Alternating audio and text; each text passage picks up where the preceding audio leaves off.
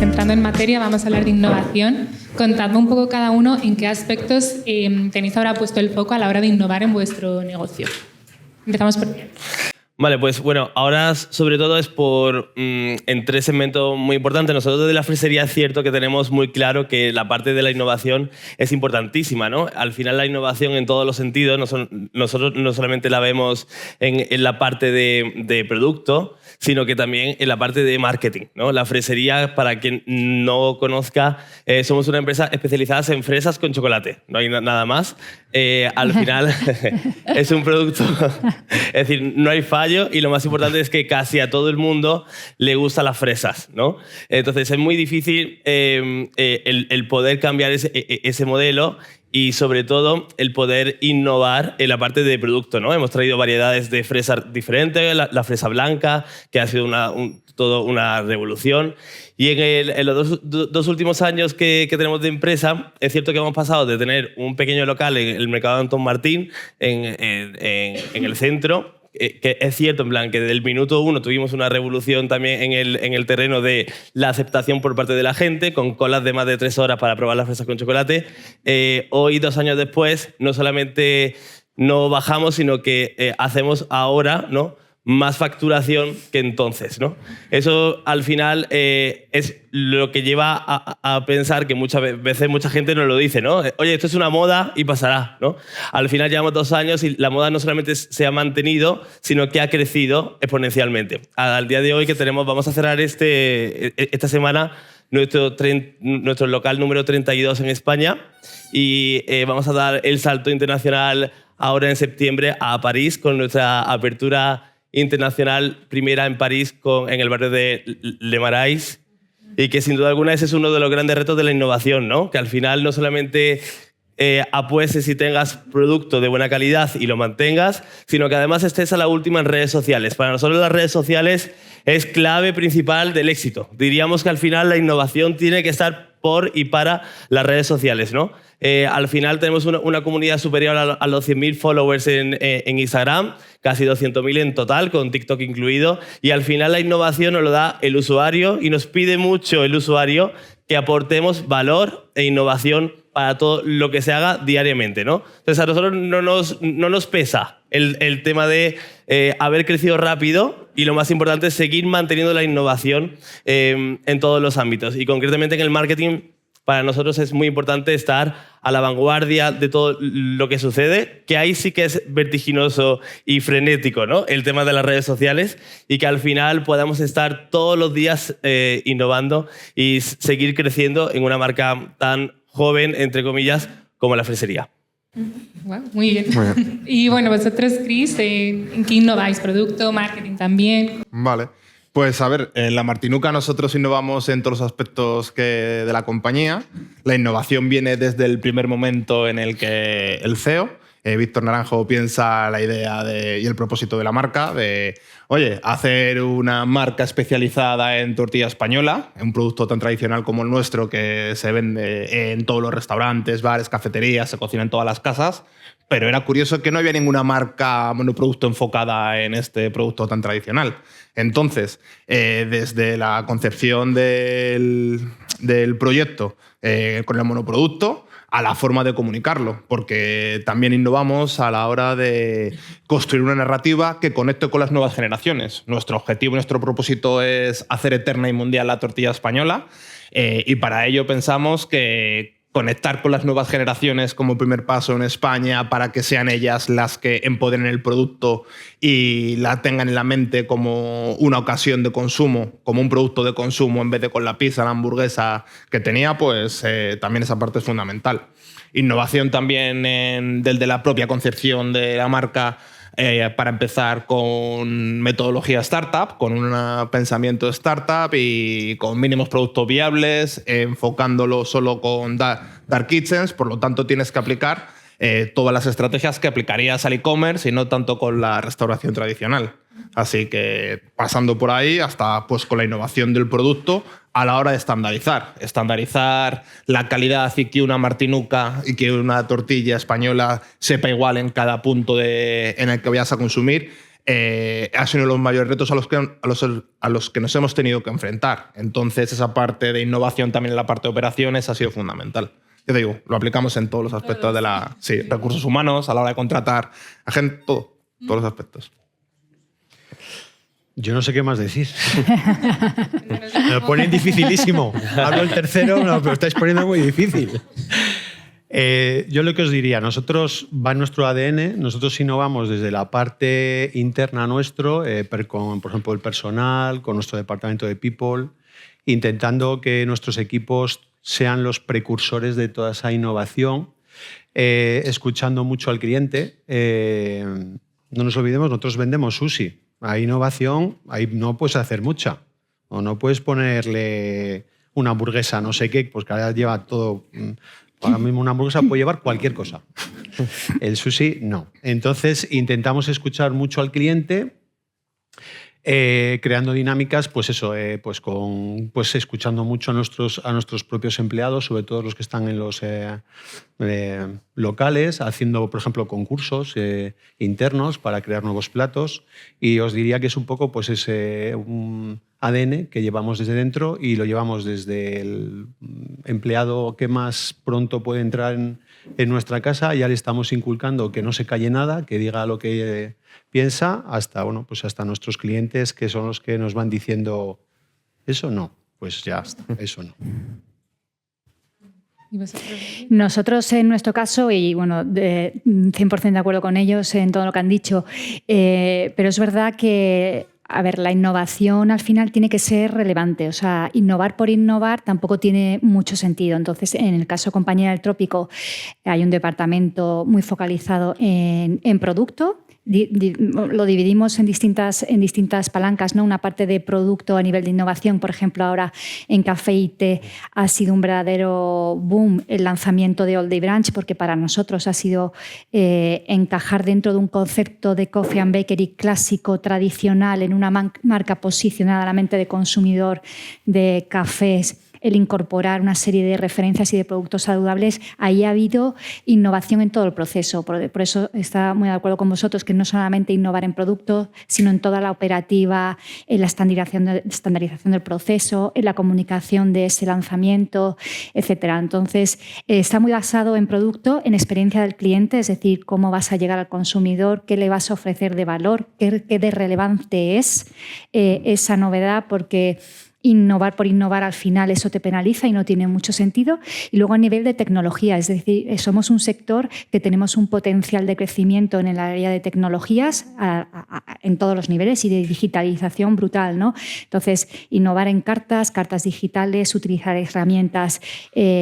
Nosotros, por ejemplo, estamos ahora mismo valorando a nivel de tecnología una serie de programas con inteligencia artificial a lo largo de todo el proceso de selección, ¿no? que te permiten optimizar ese proceso y el onboarding de todas las personas que entran. Entonces, no es solamente producto físico en las distintas marcas que tenemos, sino en todos los procesos, en la operativa, en la comunicación, en todas las áreas. Entonces, es verdad que recibimos mucho feedback del consumidor final, que tomamos nota, pero también nosotros estamos muy focalizados en cómo mejorarnos, ¿vale? Mirarnos nosotros en interno y escuchar también a los equipos de venta. Nosotros siempre hablamos de liderar desde la barra, porque el equipo que está ahí en el punto de venta es el que nos da el mayor feedback de necesidades y de cómo mejorar nuestro propio modelo, ¿no? Entonces sí que es verdad que es un continuo, o sea, no paramos.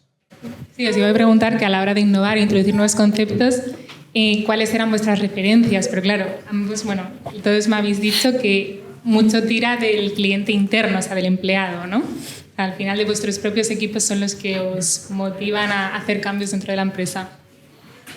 O más también el cliente externo, quiero decir, ¿cuál ambos? Nosotros en nuestro caso tenemos, los equipos internos, por eso lo llamamos liderar desde la barra. Los equipos internos aportan muchísima información y los equipos de los locales, operaciones, y luego tenemos la pata de comunicación, de escucha activa al consumidor final. O sea, aquí tenemos reseñas, redes sociales, que recibes un push y un feedback impresionante en tiempo real, con lo cual ahí sí que es verdad que hay que estar muy activos. Muy bien. Y Jesús, ¿cuáles son las claves que no pueden faltar para, a la hora de innovar, no perder la esencia de lo que sois? Es bastante complicado. Bueno, yo diría lo que hemos hablado. Tener la esencia es, pues al final es tener una estrategia súper clara, poner foco en el cliente, poner foco en nuestros propios equipos, sobre todo la parte de operaciones, que es la que percibe pues, si los productos que estamos o las nuevas tecnologías están, por ejemplo, van, por ejemplo, alineadas con nuestra propia filosofía. Por ejemplo, ahora está el pago en mesa. Nosotros no lo vamos a implantar. Tenemos otra, por ejemplo, filosofía y creemos que no va con nosotros, ¿no? Entonces, tener claro que el foco no siempre es optimizar económicamente, sino tener claro en que el cliente tiene que percibir esa esencia, esa experiencia como la percibió en su día hace 1 año, 5 años y no poderla perder, ¿no? Por intentar pues, abaratar costes y que se paguen ellos en la mesa, ¿no? Te pongo un ejemplo, pero te puedo poner pues, muchos, ¿no? Entonces, intentamos tener siempre el foco de quiénes somos, qué es lo que nos ha llevado hasta aquí, intentar no perder nunca esa línea central. Muy bien. Y para vosotros, Chris, ¿cuáles son esas claves para no perder lo que es la Martinuca? Es que el propio post... A ver, hablar de innovación, lo primero, en restauración... Es fácil y a la vez complejo porque comparado con otros sectores de la sociedad, la restauración no es el sector que más innove. Yo, que también he trabajado en otros sectores, me he dado cuenta que muchas patas tecnológicas, mucha parte experiencial o a la forma de personalización al cliente, al usuario, está un poco, ¿sabes? Está un poco a la cola con respecto a otras industrias. Entonces, para nosotros, una de las claves para innovar es prestar atención a cómo lo hacen en otros sectores y casos de éxito que han aplicado, como puede ser el retail, por ejemplo, que sí que estaba más avanzado en ese aspecto y aplicamos bastante de eso y de las nuevas tecnológicas. Y el propósito de la Martinuca en sí es innovador. Yo no conozco... Claro, en su momento se intentó internacionalizar las tapas y que eso fuera lo que nos representara a todos, pero al final, por diferentes complicaciones logísticas y de realización, no se utilizó. El propósito de la Martinuca, que es empoderar la tortilla española y hacerla eterna mundial, ya es innovador. Entonces, para conseguir eso tenemos que hacer las cosas, todos los aspectos de la compañía tienen que trabajar de forma diferente a cómo se trabaja en el sector. Entonces, eso nos obliga a innovar en cada uno de los aspectos, siempre y cuando mantengamos la esencia tradicional de lo que significa comer una tortilla española. Hay que mantener ahí el equilibrio, ¿no?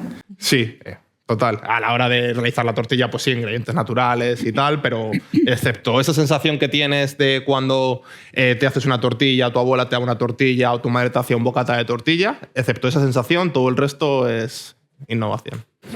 Y Alex, ¿vosotros cuáles son las claves?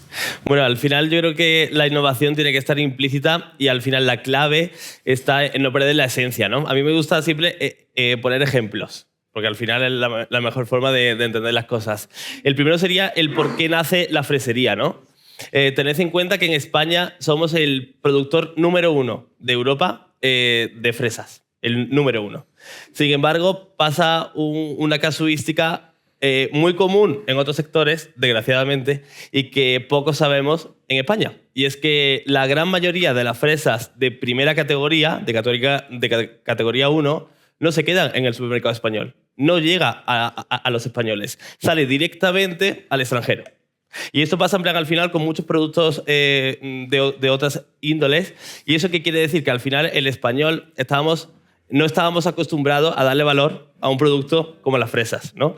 Y al final dijimos, oye, ¿por qué no en algo tan sencillo como que estamos acostumbrados a comprar fresas en los supermercados, consumirlas, etcétera, en nuestra casa, y encima le hemos dado un componente de lujo, porque al final la fresa con el chocolate siempre estaba asociado a momentos de placer y de lujo? ¿Por qué no universalizamos el consumo de fresas. Y al igual que una persona en un postre se toma un yogur helado o se toma otros productos, una tarta de queso, etcétera, ¿por qué no universalizamos el tomar fruta, el tomar fresa, que encima es 100% española de categoría 1, y en lugar de dárselo a Europa, que está genial, nos la quedamos en España y transformamos, ¿no?, ese componente y ese valor que tenemos en España como productores 100% de fresas nacionales, y le damos un valor añadido al consumidor final, es decir, al cliente B2C, ¿no? Pues al final, uno de los valores para una de las claves de la innovación es justamente esa, ¿no? El saber en qué punto está la clave del éxito de un negocio en plan como la fresa, que parece sencillo, que todo el mundo dice, oye, mira, me lo hago en casa, pero la realidad es que no puedes hacértelo en casa, porque desgraciadamente la fresa que vendemos en la fresería no se encuentra en el supermercado. Y el segundo, que yo creo que también es bastante importante, que sería, una de las claves sería, como decía anteriormente, el no perder la esencia del negocio. Para nosotros la experiencia del cliente es importantísima. Es decir, el ir a tomar fresas en la fresería es una experiencia ya de por sí, ¿no? Entonces, muchas empresas nos vienen con, oye, vamos a instalar, vamos a automatizar procesos, ¿no? Y estamos muy en contra, efectivamente, como decíais anteriormente, de automatizar procesos que hacen que la experiencia del cliente con ese dependiente o dependienta que está enfrente se pierda. Nosotros no somos partidarios ni de pantallas táctiles, ni de QRs, ni de cosas así, porque al final lo que hace es perder la esencia de la experiencia del consumidor final, ¿no? Y esa creo que es una de las claves de la innovación, no perder nunca nuestra esencia. Muy bien. Y Reyes, te quería preguntar, a la hora de tomar estas decisiones de innovar, ¿cuáles son los retos y los riesgos que más percibís en la compañía? Bueno, cuando innovas, yo creo que el primer reto es la resistencia al cambio. Es decir, la innovación como consecuencia trae gestionar toda la parte humana de cómo lo perciben, lo reciben los equipos y las consecuencias operativas, ¿no? Entonces, la resistencia al cambio supone un freno en un inicio que debe formar parte de un poco de la cultura de la empresa, el que todo el mundo participe, involucrarlo y hacerlo accesible. Otro reto creo que es el que sea verdaderamente relevante, es decir, una innovación que pase desapercibida, que no aporte valor, al final es contraproducente y creo que no tiene sentido. O sea, hay que innovar con sentido y dentro de, como decían los compañeros, de lo que es tu negocio, tu propósito, tu fin y siendo coherente y consistente con tu modelo de negocio y hacia dónde vas. O sea, no se trata de innovar a lo loco, ¿no? Y luego también creo que hay un coste de equivocarse, de aprendizaje. Es decir, la innovación supone acción-reacción. Muchas veces funciona, otras veces mejor o peor. Y eso también son aprendizajes que van dentro del proceso, ¿no? Del día a día. Pero, a ver, el mundo evoluciona, el consumidor final evoluciona y nosotros como marcas la innovación la tenemos que ver como parte de la evolución. Es decir, no se trata de ser disruptivos y romper con todo lo anterior, sino que innovar debe ser parte de esa evolución. Y al final esa innovación que es relevante es la que mejor se adapta a todos los cambios y es la que verdaderamente permanece, ¿no? Entonces, hay riesgos, pero yo creo que hoy en día no es rentable no innovar. Tienes que adaptarte y la flexibilidad y la adaptación es lo que te va a permitir a ti seguir siendo relevante y consecuente con tu propósito. Bueno, yo en esa parte sí me gustaría aprovechar, ¿no?, que estamos aquí todos para un poco abrir una pregunta que creo que es interesante para todos, que es, al final, en la innovación, ¿hasta qué punto, ¿no? Hoy en día estamos viendo que las redes sociales en general y los usuarios en particular cada día son más infieles en general, ¿no? Y eso pasa porque al final cada día hay más competencia y hay más productos en el mercado. Al final eso, en las grandes empresas, es decir, por ejemplo, en vosotros, ¿no? Al final, ¿cómo influye un cambio en la innovación de producto, por ejemplo, en la innovación de redes sociales, etcétera, el que el consumidor sea ahora tan rápido en exigir cambios cuando antes quizá era más difícil implementar un cambio en la incorporación de un alimento, por ejemplo, el chocolate de Dubái, ¿no? Que ha sido un éxito increíble, en plan, y ahora todo el mundo tiene chocolate de Dubái. O en las focaccias, en otros productos. Es decir, cómo las grandes compañías sois capaces de adaptaros, o si todavía no os habéis adaptado, a ese cambio de mentalidad del usuario de antes era más propenso a tener cambios o a exigir innovación a las grandes marcas en X años y ahora casi es cuestión de meses. ¿Cómo se cambia una gran compañía? ¿No? Yo lo que diría... Reyes, échame una mano. yo te ayudo. Yo lo que diría es verdad que el cliente cada vez tiene muchas más opciones, no es que sea infiel, ¿vale? ¿Cómo ganamos fidelidad? El cliente que siempre que va a uno de tus locales y pide las cosas y se lo das con la misma calidad, con el mismo rigor, con los mismos tiempos y con la misma eficiencia y tiene la misma experiencia, ¿vale? Siempre se va a acordar de ti. Es verdad que a lo mejor antes te iba 8 veces al año y ahora te va 3, ¿vale? Pero él sabe, yo creo que como podemos hacer fidelidad es que el cliente tenga en la mente claro lo que va a percibir cuando piense, por ejemplo, en Shibuya. Que cumplas tu promesa, Marco. Correcto. Y que no desvirtúes eso nunca. No que digas, es que aquí me lo dan mal, hoy me lo han dado bien. Yo creo que ahí es cuando el cliente empieza a ser un poco más infiel, cuando no percibe en cada visita, no percibe la misma experiencia. Es un tema de expectativas. Totalmente. Totalmente de acuerdo con él, con Jesús. Dentro de que nos consideras grandes, no somos grandes. Pero más grande, que seguro, la verdad. Hay muchos más grandes, pero gracias. A nivel de innovación, a ver, es el juego del día a día, es la oferta de la ley, la ley de la oferta y la demanda. El consumidor cambia de un día para otro, se lanzan productos, no sé cuántos al día. Entonces, como grupo, principalmente en cada una de las marcas, tú tienes que ser coherente y consistente. Y un poco lo que decía Jesús, ¿no? O sea, tú apuestas es por determinadas cosas que tienen sentido. El que cambie el consumidor no significa que tú te tengas que adherir a todas las tendencias que existan en el mercado, ni a todos los lanzamientos puntuales, ni absolutamente a todas las acciones real time. No, porque a lo mejor no encaja para nada con lo que el consumidor espera de ti y de tu marca, porque tú estás posicionado en la mente del consumidor en un concepto, con una oferta, con una experiencia, en unos precios, etc. Entonces, para mí es un tema de coherencia con tu modelo de negocio, con tu propósito y tu visión.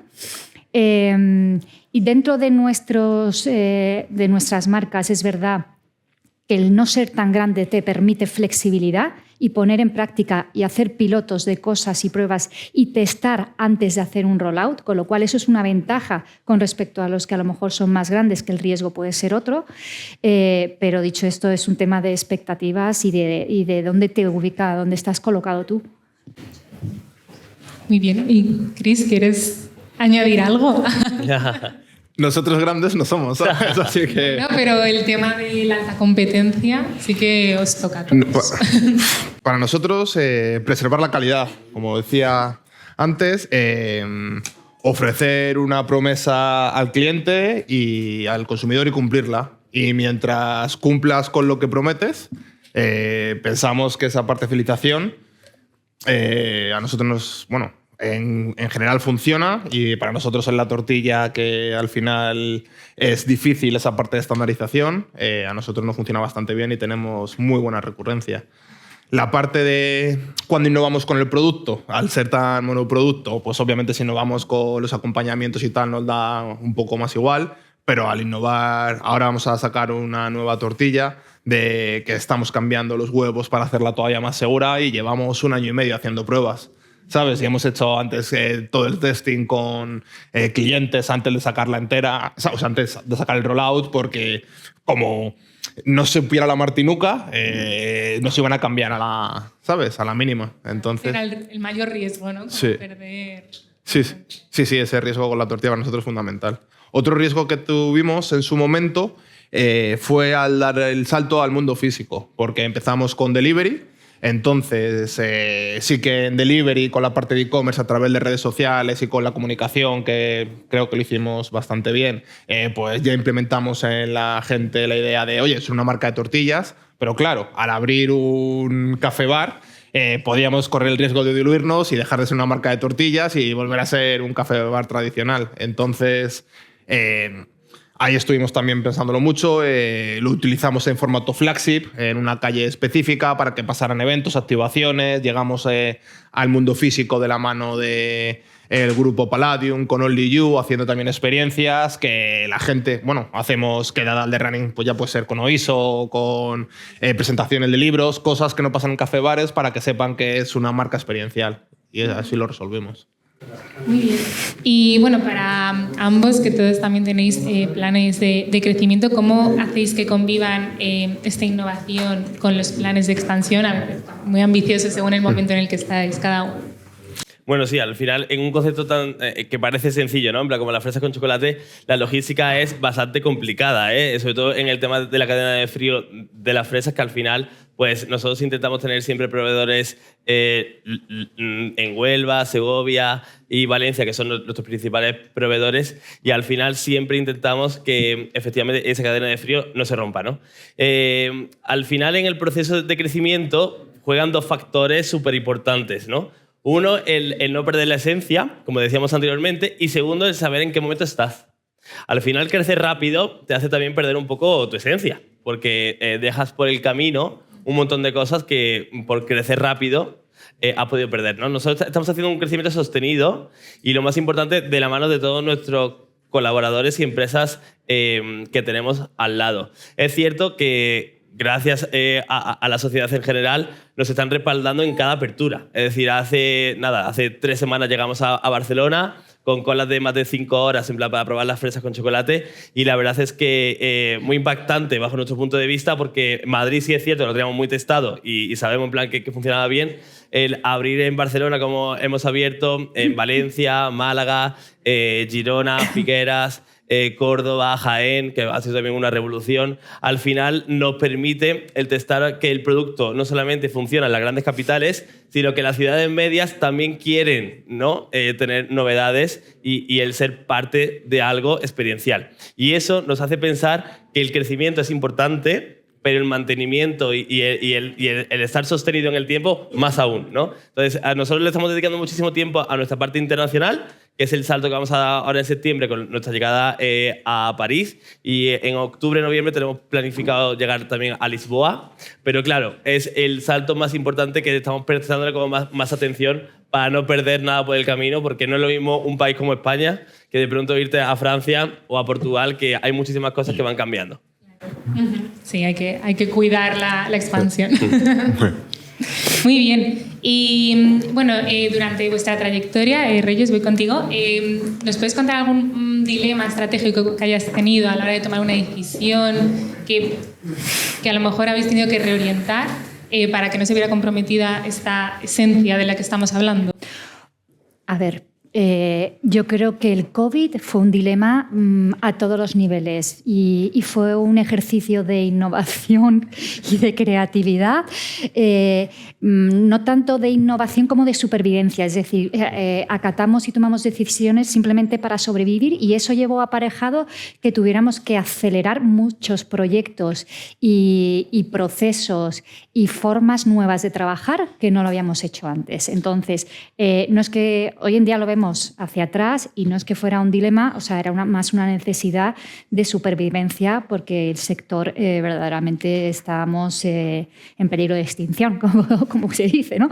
Entonces, realmente supuso un esfuerzo de adaptación, de flexibilidad, de resiliencia y de optar por opciones y tecnología, porque pasábamos de un modelo de un negocio de personas para personas, con personas, a la deshumanización total. Es decir, hablamos con tecnología, nuestra marca se sirve a través de tecnología, delivery que no lo teníamos, bueno, unos sí, otros no, otros estaban ahí en el mercado, es decir, estábamos empezando, o sea, es un proceso donde cambia 360 tu forma de trabajar y de procesar y de actuar y tu relación con el cliente. Y para mí la deshumanización que se produce en esos 3-4 meses hasta que ya puedes empezar a abrir y tener otra vez el contacto, el pulso, yo creo que fueron no dilemas, pero situaciones y tomas de decisiones estratégicas complejas, muy complejas. ¿Vosotros, Jesús, qué dilema, qué momento? Bueno, ese fue clave, el tema del COVID. A mí me gustaría decir una cosa con respecto a cómo puedes crecer sin perder esencia. Invirtiendo en el departamento de calidad y en el de formación. No hay más. No hay más. No hay ningún otro truco. Ya os lo digo yo. Nosotros en el 2019 había 6 locales. Es decir, hemos abierto 70 locales en 5 años con un año de pandemia. Y en lo que más hemos invertido ha sido en esas 2 cosas. Y eso es lo que está haciendo que todo el mundo tenga foco en lo que tiene que hacer, detectar errores súper rápido, intentar corregirlos y muchísima formación. Y además ahora con la rotación que hay, pues hay veces que a lo mejor cuando estás en el consejo, ¿no? Que ahí hay consejeros que hablan otro idioma, ¿verdad? Sí. Y ven gastos. Y dices, ¿pero cómo ves aquí un gasto? No, esto no es un gasto. Esto es lo que realmente nos está permitiendo poder crecer. Nosotros hemos crecido aproximadamente 15 locales cada año. Algún año hemos llegado hasta 18. Y es a base de eso, invertir.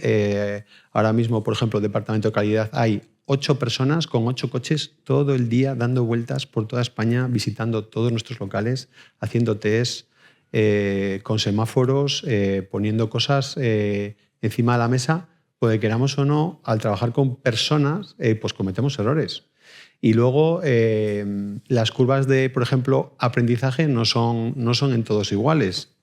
Con las rotaciones que hay, a lo mejor inviertes en muchísima formación y el top, el mejor, se te va.